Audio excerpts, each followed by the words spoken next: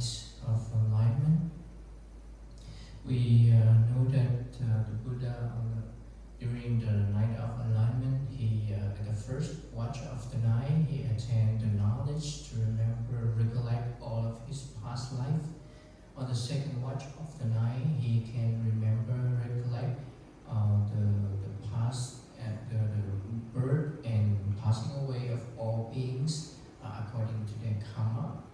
And the third watch of the night, he attained the realization, the knowledge of realization all about the truth and eradicate all kind of defilement. So at that moment, he became a totally the omniscient Buddha. We also study the verse that claim to be the very first word of the Buddha. I mean that from now on, there's no more house builder to build his house in the samsara, the cycle of rebirth. So reflect on upon the alignment of the Buddha. We see that life is the word. The life is all about when we come, we build up many things in this life. But when we go out, we passing to another life. We cannot bring anything else except our own karma action. So the question is, what we bring, what we prepare to bring for the next existence. So that is the last week's lesson. So today's lesson is we continue the other two events, the birth and the enlightenment. So next week we can celebrate the Visakha Puja, or we call Visak, commemorate three important events: the birth, the enlightenment, and the demise of the Buddha. So we will study first about his birth. The birth we based on one discourse in the collection of the middle discourse. So at that moment, Queen Maya Devi, when she go to her hometown in Devadaha, she saw a beautiful sala garden called Lumbini near the Devadaha, and she felt that this is so peaceful, so she wanted to go around at that garden. So the birth of the baby who become Buddha happened in the garden, Sala garden, in called Lumbini, near Devadaha city. So there is something we call incredible and amazing during the birth of the Buddha, recorded in the discourse.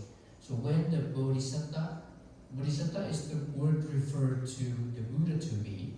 Bodhi is awakened, and Satta is the sentient being. So the being intend on awakening. So that is Bodhisattva, or we call in short Buddha to be. The Bodhisattva, when he emerged from his mother womb, God, the Deva, received him first, then human. So after he went out of emerged from his mother womb, there are four Deva received him and then placed him in front, before of his mother, saying, "Rejoice, O Queen, an illustrious son is born for you." So that is the first one, incredible and amazing of the birth of the Buddha to be. The second one, when the Bodhisattva emerged from his mother womb, he emerged already clean, unsoiled by water, mucus, blood, or any other kind of impurity. He totally pure and clean. So we look at the picture here. It shows that the Bodhisattva, like he's sitting down. So it shows that when he stayed inside his mother womb, it's not like most of us. We don't know exactly. We cannot remember anything when we stay inside mother womb. But the special thing for the Bodhisattva that he are not like us. So this picture showing that he is still knowing what happened. And this is not referred to the story that the Bodhisattva prayed her mother right him to go out. But he go out by natural way, mother natural way. But the different thing is like he emerged clean without any dirty thing, impurity thing. So there's an example. Suppose a jewel treasure, like a jewel treasure, a gem, were placed on a cloth from Kasi. So the Kasi cloth is like a really good quality one, so expensive one. So the jewel, when placed on the top of the cloth, it would not soil the cloth, and the cloth would not soil the jewel. So in the same way, because of the cleanliness of both of them, so the mother, when the Bodhisattva emerged from his mother womb, is totally clean. That is the amazing and incredible thing of the Buddha to be.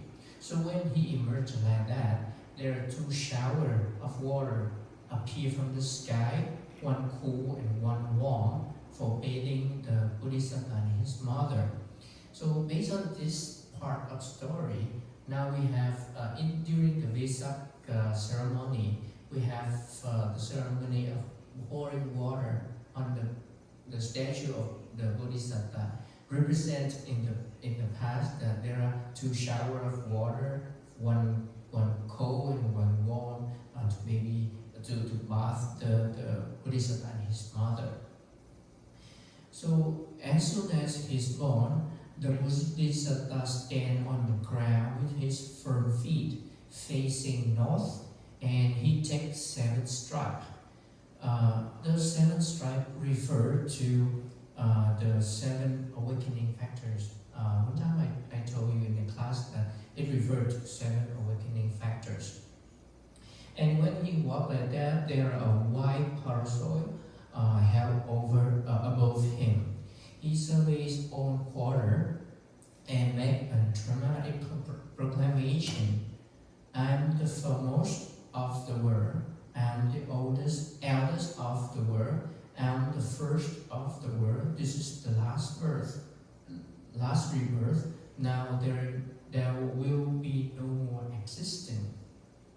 So in the verse, "I'm the foremost, I'm the eldest, I'm the first of the world," it all refers to the first by meaning of quality. So no one can beyond him on quality, on his morality, okay, and the ethic morality. So that's why he's foremost, he's eldest, he's first among the world. So this is the last rebirth. Now there will be no more existence. It refers that in this very life he will attain the Arhat, and from now on this is his last body of existence. There will be no more existence after this. So some of this is also an incredible and amazing quality recorded in the discourse. So some question that how can we perceive that the Bodhisattva he just a baby and he walk with clothes or without clothes. So in the commentary of this Dikhanikaya, one elder monk explained that in front of the eyes of many people, he just like a young boy, not like an infant, like a young boy in front of many people. With their eyes, we can see he's a young boy walking and with the clothes and step on the ground. But actually, he's still an infant and no clothes and walk on the ground, not touch the ground like that. So that is about the birth of the baby Buddha, the Buddha to be actually. And regarding the especially in Vietnamese, when they translate, they say like, oh, why the Buddha to be, he claimed, I am this and I am that and that. It's like against the teaching of non-self later when in his life. So I would like to take one example written in the Vinaya Pitaka, is the collection of monastic code book. So there's an example. Suppose there was a hen with 8 or 10 or 12 eggs. So when the hen probably cover, warm, and incubated the eggs, so the first chick that hatches safely after piercing through the eggshell with his claw and his beak. So it is called the eldest or the youngest. Should be called the eldest, right? Because he's the first one among them. So in the same way, in this deluded society, in this deluded world, enveloped like an egg, the eggshell is like ignorance. So the Buddha is the very first one, cracked the shell of the delusion and reached the supreme awakening. So he is the eldest and the first in the sense of state. So it is not think about I am this and I am that. He just tell the truth that he will be the first one among the human being who still have a lot of ignorance, a lot of delusion, to be the first one get awakening. So that is the story of the birth of the Buddha. So we come next to the story of his demise, written in the collection of long discourse, Nikaya. So at the time he was 80 years old, and he told Venerable Ananda, his assistant, Ananda, let's go to the shore of Hiranyavati river on the Sala forest of Malas near Kusinara. So the demise of the Buddha happened in the Sala forest near the place called Kusinara of Malas. And he asked Venerable Ananda, please, Ananda, set up a place for me between the two twin Sala tree. So there will be two Sala tree, and there a place for him to sit in the middle of them. And with his head to the north, I'm tired and will lie down.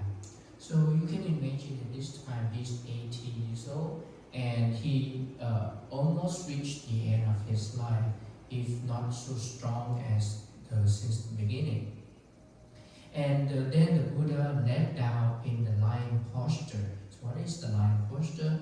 He lay down on the right side, placing one foot on top of other with mindful and awareness. So we see nowadays when they draw the picture of the Buddha or make a statue, they made the Buddha lie down like that. So it's the posture of demise Nibbana.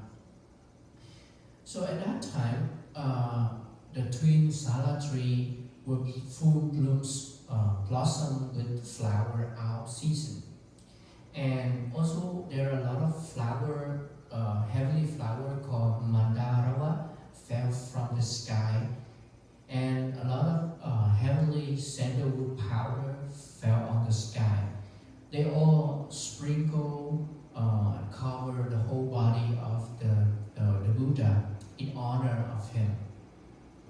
And heavenly, the Deva also play heavenly music, heavenly chorus, sang in the mid-air in honor of the Buddha.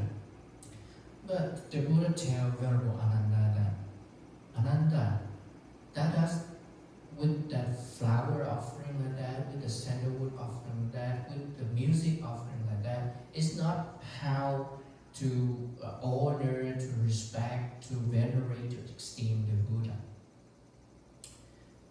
any monk or nun or male or female follower devotee who practice in line with the teaching, practice properly and behaving in line with the teaching.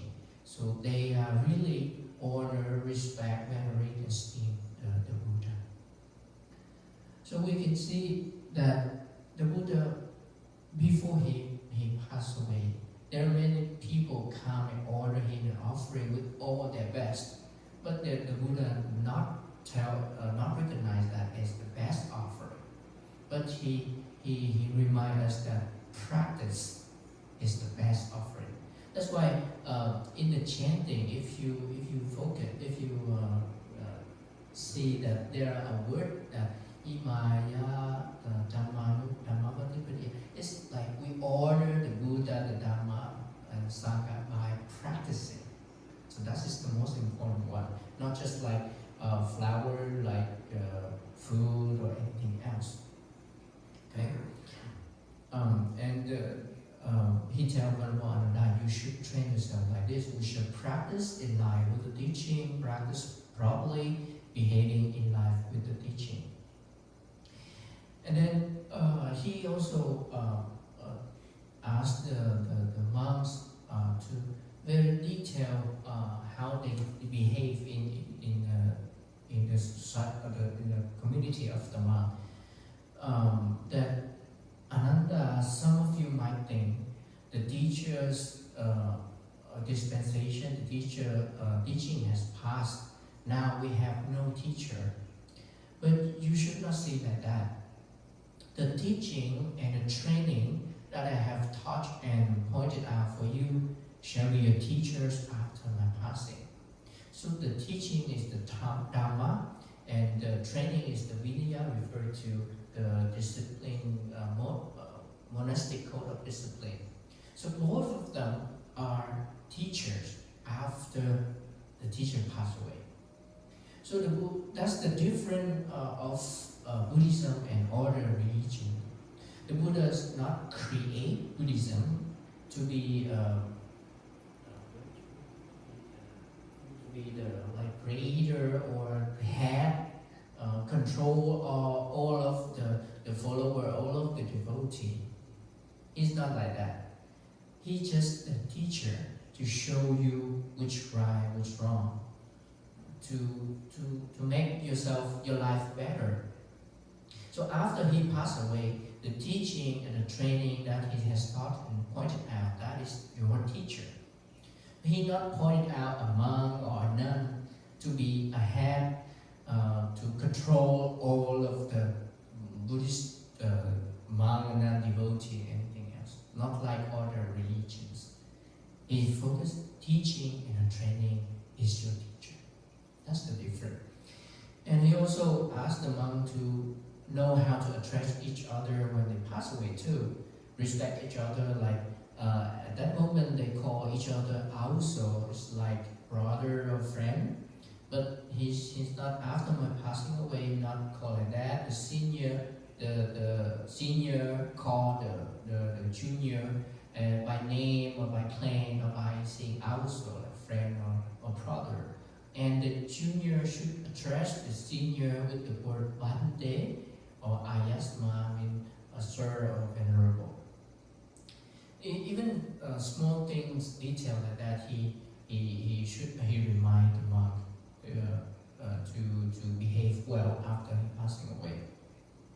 And there are a lot of things written in the discourse, but I will take some of them. The important part, I think, is we can draw a lesson from that for you. So he talked to the monk that bhikkhus, perhaps even a single bhikkhu has doubt or uncertainty regarding the Buddha, the teaching, the Sangha community, the path, or the practice. So ask, bhikkhu, don't regret it later, thinking we were in the teacher's presence and we weren't able to ask the Buddha a question. So when it was said, the older monk kept silent. So before he passed away, he asked all the monks, if you have doubt, if you have uncertainty regarding the Buddha, the Dharma teaching, the Sangha community, the path or the practice, ask now, and don't regret later when and thinking that we not ask in front of the Buddha when he's still alive, when he's still present in front of us. Ask now. And the monk kept silence. It means that they respect the Buddha and they have nothing to ask. And for the second time, he asked for the second time like that. And for the third time, the Buddha repeated again. And all the monks kept silent. And he even asked for a fourth time, okay, bhikkhu, perhaps you don't ask out respect for the teacher. So let a friend tell a friend. So you not decide to ask me now, but later when you have doubt, when you have certainty regarding the Buddha, the teaching, the Sangha, the path, and the practice, ask friend. Make sure that you don't have doubt and you don't have certainty. So that's why in our temples, Santivana, simply, we encourage people when you have doubts, when you have uncertainty, you don't know clearly about the practice, ask and clear that. So the important thing is not you respect by not asking, but you respect by asking to make sure that you understand the teaching of the Buddha. The Buddha already encouraged us to do that. Okay? So next one is we call the last word of the Buddha, and you can find it in the stone logo of in front of our temple. Now I address you, bhikkhus. All conditioned things are of a nature to decay, strive on untimely. So before he passed away, he reminded all of us that all conditioned things. So what is the conditioned thing? So all of the word we stay here are conditioned. Because of this, that happened. If there are more this, then that not happen. Because there are birth, there will be death. And if there are no more birth, there will be no more death. Something like that. So all conditioning our nature to decay, all will destroy. So strive on entirely.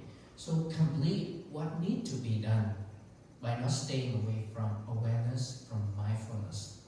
So that's the main thing, that's the important thing. So you can imagine like a rich man lying on the deathbed, telling his children about the treasure after he passed away. So in the same way, similarly, the Buddha was lying down on the Demise bed, and all of the teaching is given for 45 years, now shown and explained once again, but in just one sentence. Apamadena samadhita, strive on entirely or do more effort without neglecting. So that is the important thing he reminds us. So all of the teaching in 45 years can be summarized in just one sentence. Try hard without neglecting. So it reminds me of another saying that recorded in the collection of Middle Land Discourse. When we study about his birth and demise, I still keep the picture of the birth here to help us to reflect on. The Buddha, even he's the Buddha, even he's the very first person, the highest person to escape from the ignorance, but he appeared with his birth, he still have to pass away. So look at the leaves here. It starts with the beautiful lips, the green lips, and then it turns to yellow, and then it's totally gone. So life, or the word, is unstable and swept away.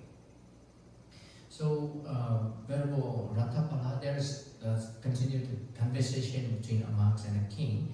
So the monk told the king that word is unstable and swept away. So the king doesn't understand. So the monk asked, what do you think, great king? When you were 20 or 25 years, you are proficient on elephants. So you are really good on riding elephant, controlling an elephant, or on a horse, or on a chariot, or an archery, or handling weapons. You were strong in thigh and arms, and personally capable and accustoming paddle. Yes, I was, Venerable Rathabala. I was really strong when I was 20 or 25 years of age. I was proficient on elephant, on horse, on chariots, on archery, on handling weapon. My thigh, my arms really strong. I ready for the battle. Sometimes it seems like I have some power. I don't see anyone could equal with me in strength. What do you think, great king?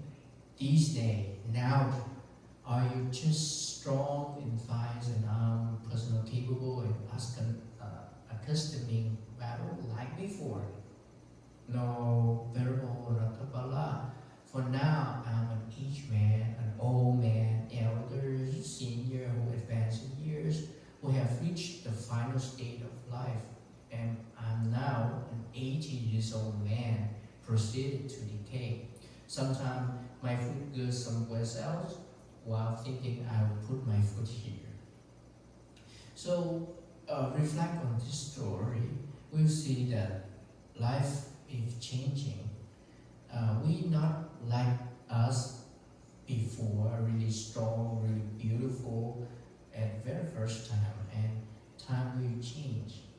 Even the Buddha is appear in this world, but he ends his life with the Demise Nibbana. So thinking about that, we should have an urgent thinking in our mind that are we ready to leave the world? Because we have to live one time, like the Buddha. But what we already mean, what we prepare for ourselves. We live with nothing, or we live with something. We live with something good for our life, or we just live normally without anything else. So that is the one thing when we study about the birth and demise of the Buddha that we can reflect on. So today we study the birth and demise of the Buddha. We know how the Buddha to be was born in the Lumpini or park garden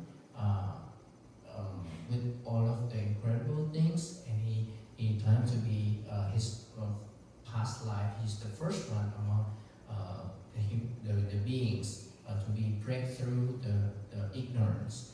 And then we also study the demise of the Buddha at the Sala forest of Kusinara. And it has a lot of things to remind us to practice, to live based on the teaching, accordingly to the teaching. That is how we honor, we respect the Buddha. And he ends with the one word, apamadena samadena, strong and tightly, give more effort without neglecting. Because life is unstable and it pushes us toward the death, from birth to the death. So what we prepare for ourselves to make our life be better, just not say goodbye to the world without anything. It's waste the opportunity when we have an opportunity to meet the teaching of the Buddha in this life. So thank you for listening.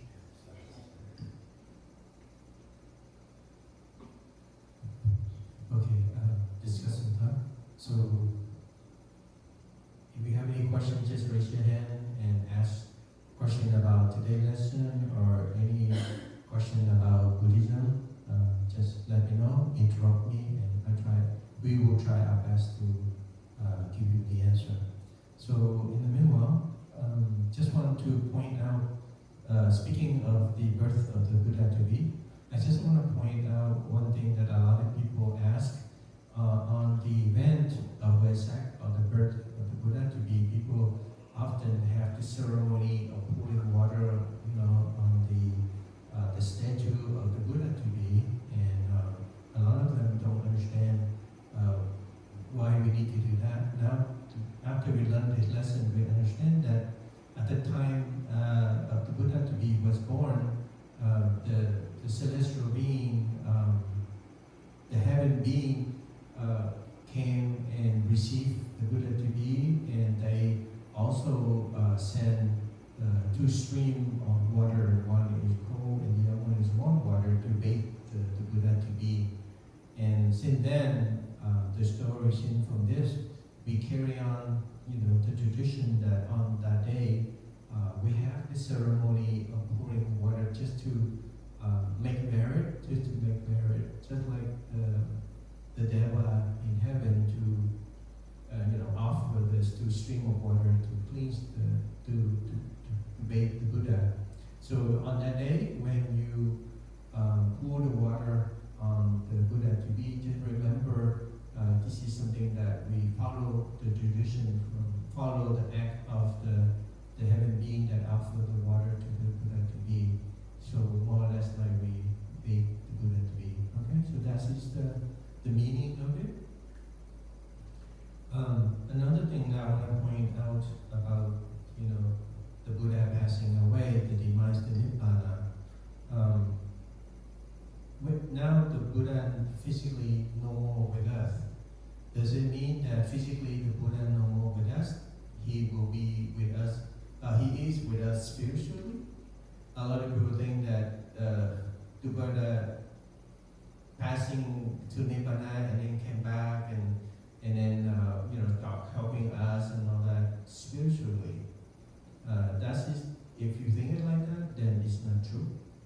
The Buddha already gone physically and mentally, but doesn't mean that he completely out of our life. Because one time I read the discourse that Buddha mentioned that he who see the Tathagata has to see the Dhamma, and he who see the Dhamma see the Tathagata. The Tathagata means the Buddha himself. He referred himself to Tathagata. So that means that if you in front of the Buddha physically, but you don't understand the teaching of the Buddha, so you don't really see the Buddha. You only see, his body, his flesh and blood body, but not himself. But if you practice, and you comprehend the teaching of the Buddha, you see the value of the teaching, then you actually see him. So that's what it means that he who sees the Tathagata has to see the teaching of the Buddha, the Dhamma. And he who practices the Dhamma, understand the Dhamma, see the Tathagata. So even though the Buddha is physically not here with us, he's already demised to Nibbana, we practiced his teaching, and once we understand his teaching, he with us. So that's the encouragement for us. Sometimes when we face hardship in the practice of the Buddha, we feel so alone, we feel so abandoned, we feel that we have no one to rely on. But he's saying, he gives us comfort and encouragement that we got to practice his teaching. And if you understand him, he's with us. The same way, he physically in front of us, but we don't understand his teaching, is useless. So that's what he meant. So that's an encouragement. So now, over 26th century, 2,600 years already, the Buddha already passed away. His teaching still goes on for some time, to a limited time. So that means that he still, we carry on his teaching, he's still with us. So don't think that he's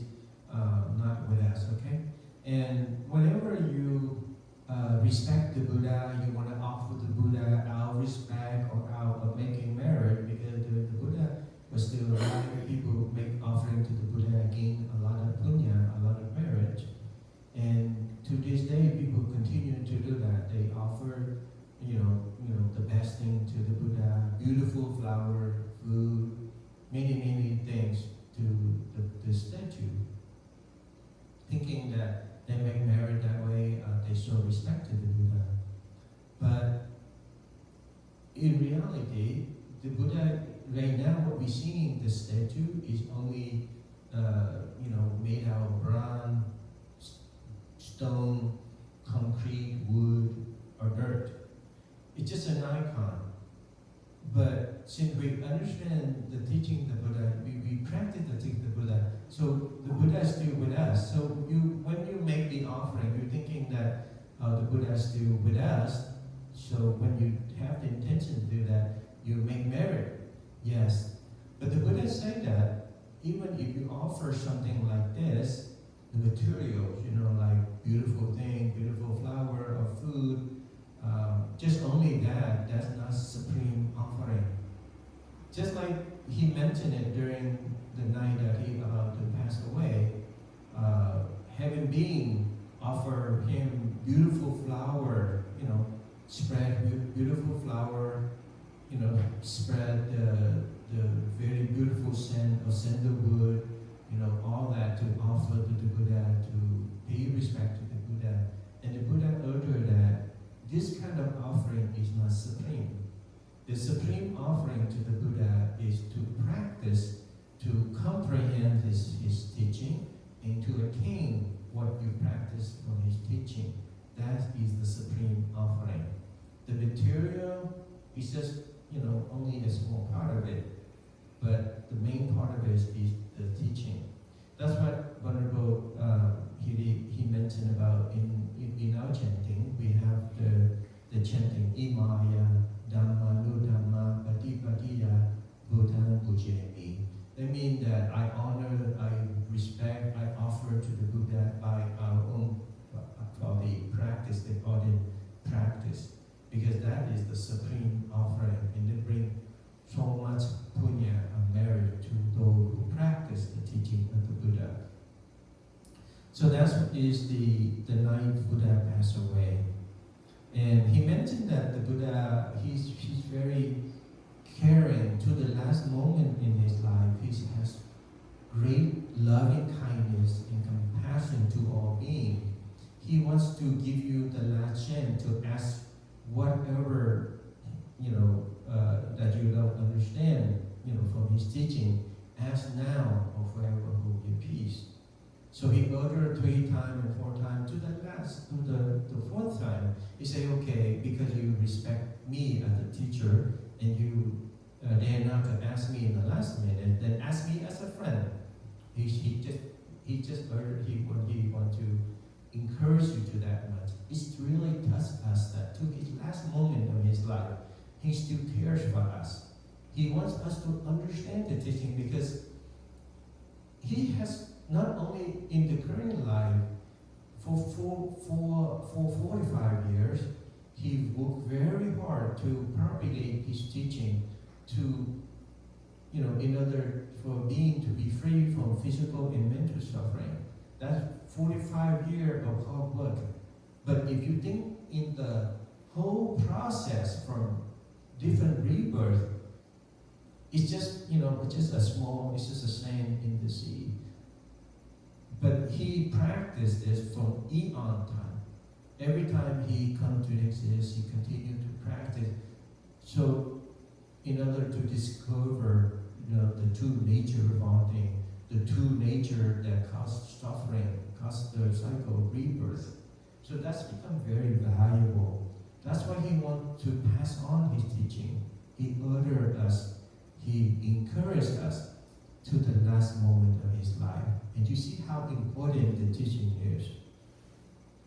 But the people who came around him did not ask. So that means that what he's teaching already enough, that people, the intended already,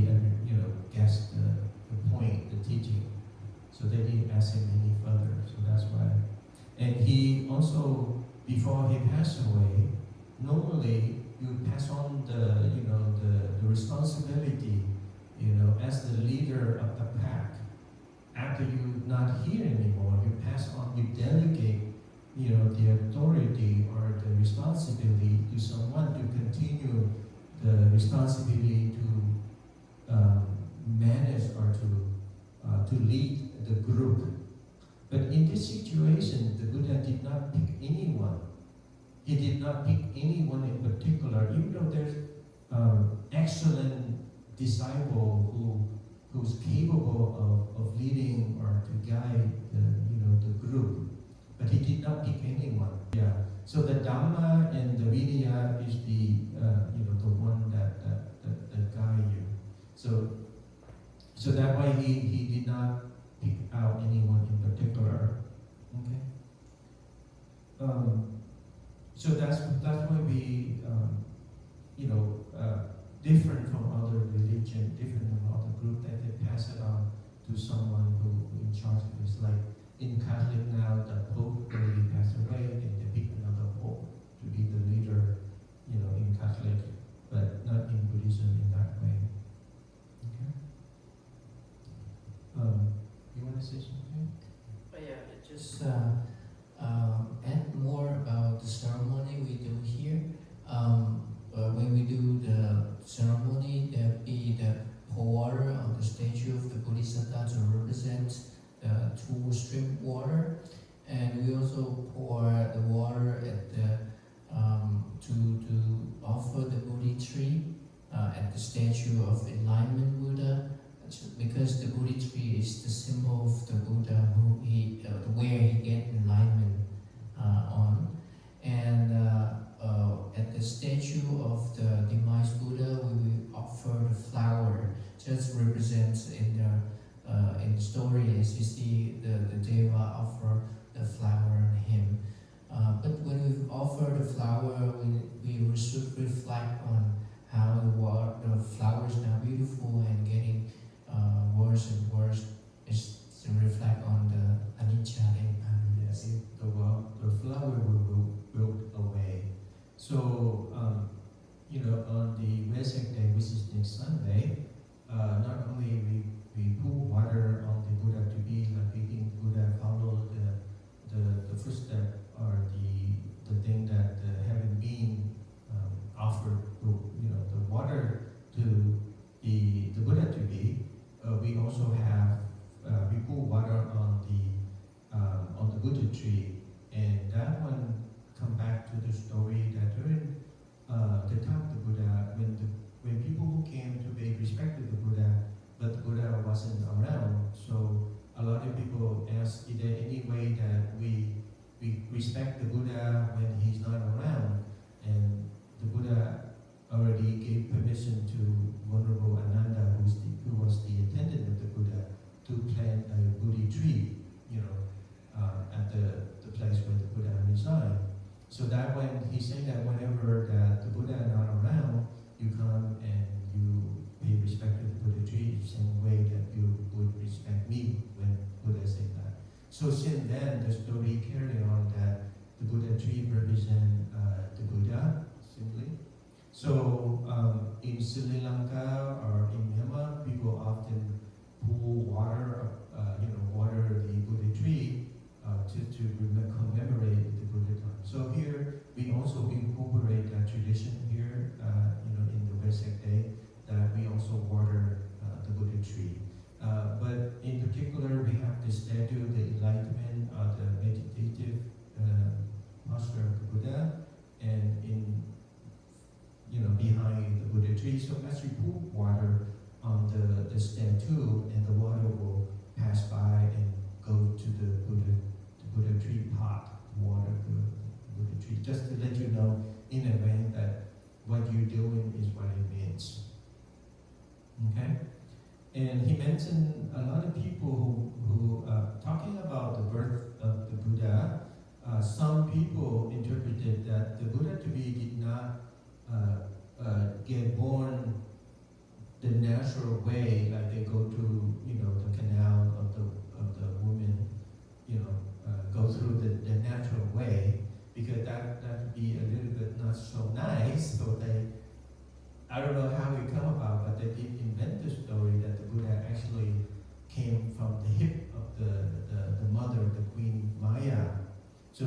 actually he ripped the hip and then came out of it, came out of the Queen Maya.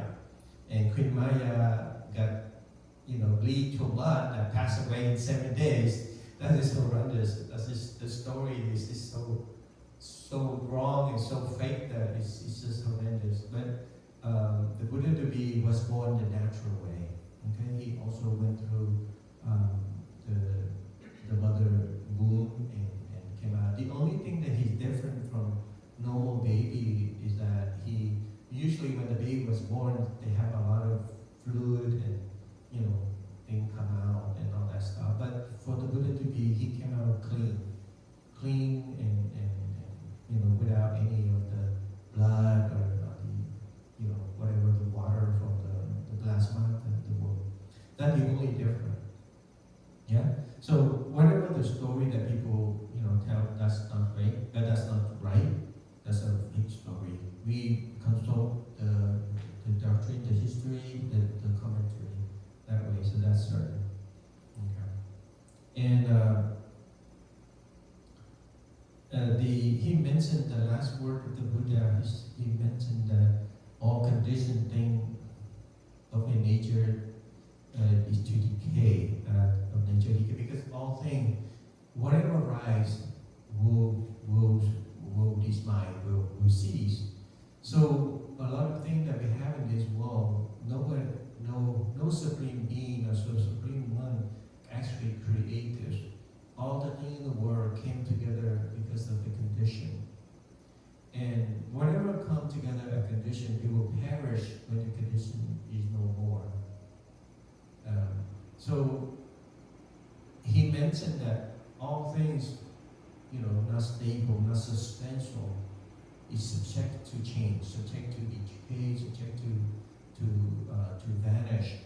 So don't cling on it, and then you suffer from it. Don't cling on it in order to be truly happy. So he just want to let you know that all things are all being conditioned. Our body also being conditioned. That's why when our body cell can no longer replenish, we get old, and eventually we lose the capacity, and then we, when all that's, perish, we die. Okay? So because of that, don't cling on it. That's the nature of it. If you cling on it, you attach to it, you will suffer from it. Okay? A lot of people ask us that, if you say that no one created the thing that we see here, then how it come to exist? Then you go to Buddha already mentioned that it's being conditioned. Just like rain, we have the water, with the heat, evaporation, then into the cloud, and then rain start, and then the cycle continue. But if missing one point, missing one thing, then rain won't happen. Just like if you understand science, like diamond, for example, diamond consists of this many carbon, and with the heat and the pressure and everything, diamond come to exist. But if you miss one carbon, the element, then it becomes graphite or something else. So that's what he meant. Everything is because of the condition. If we miss one, then it will either not becoming something that you expect, or it won't come together at all. That's what he meant about all things can be conditioned. And whatever is being conditioned, it will be decay. So that's how it is. Okay? And because of that, you need to practice, entirely to understand, to be free from this bondage, because of the craving, the anger, that get us into the cycle of rebirth, and then continue to suffer physically and mentally. Okay, any questions? Any questions at all?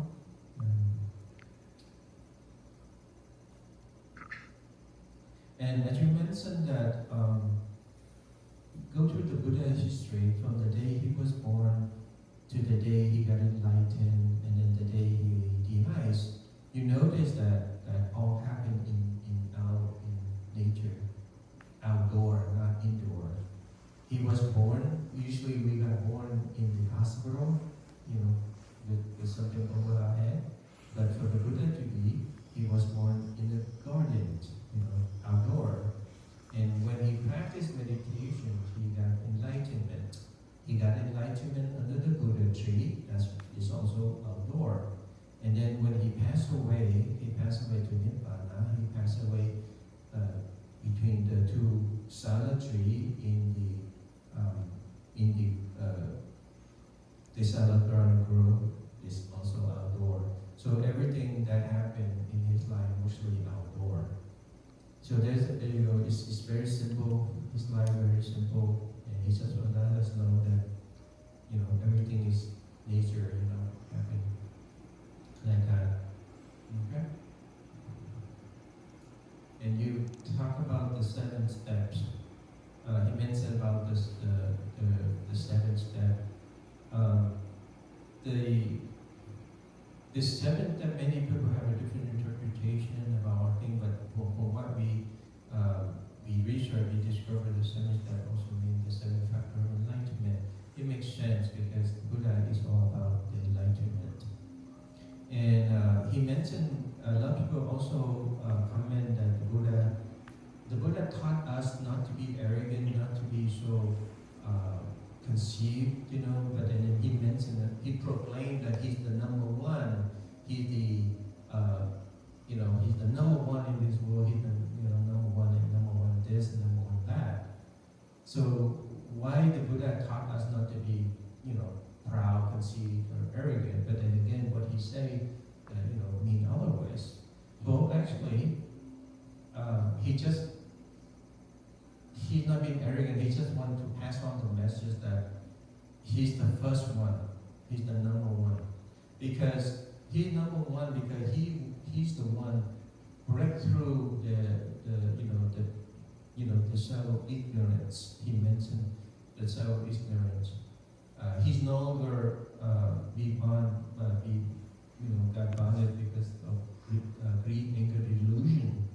So whoever still get angry, then the Buddha, already surpassed that person because he no longer has anger. He already uprooted. So wouldn't that he be the number one? That's what he meant, and he's the first one. He's the only one because he's the only one who break through the ignorance.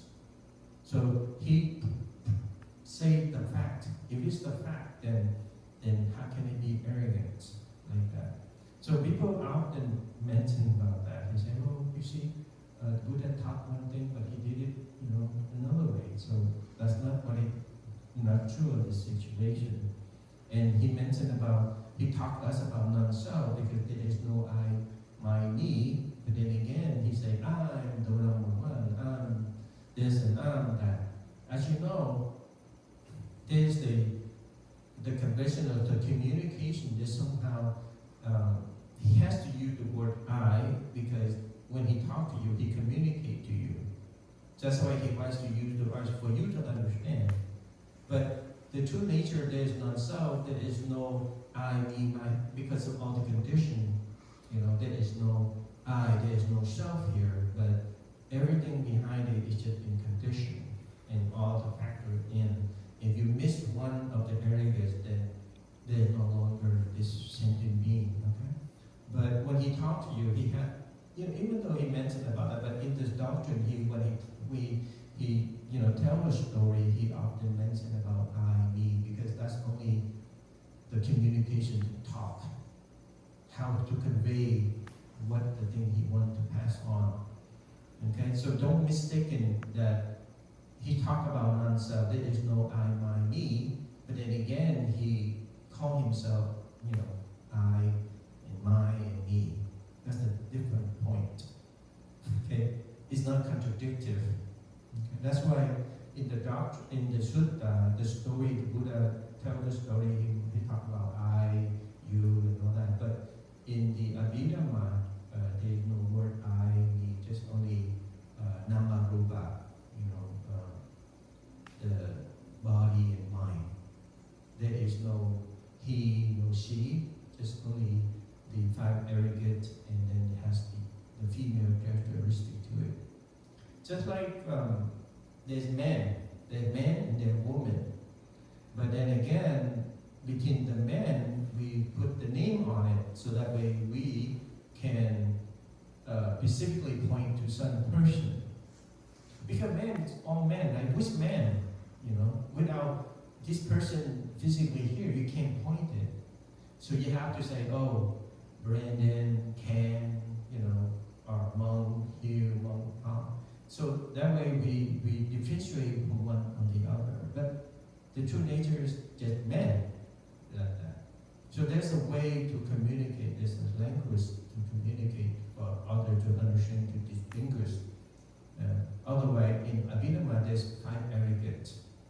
And which five aggregates is it? You can't say, aggregates. So there has to be something you add in just to differentiate from one from another. That's it. Okay? All right. I think since we have no questions,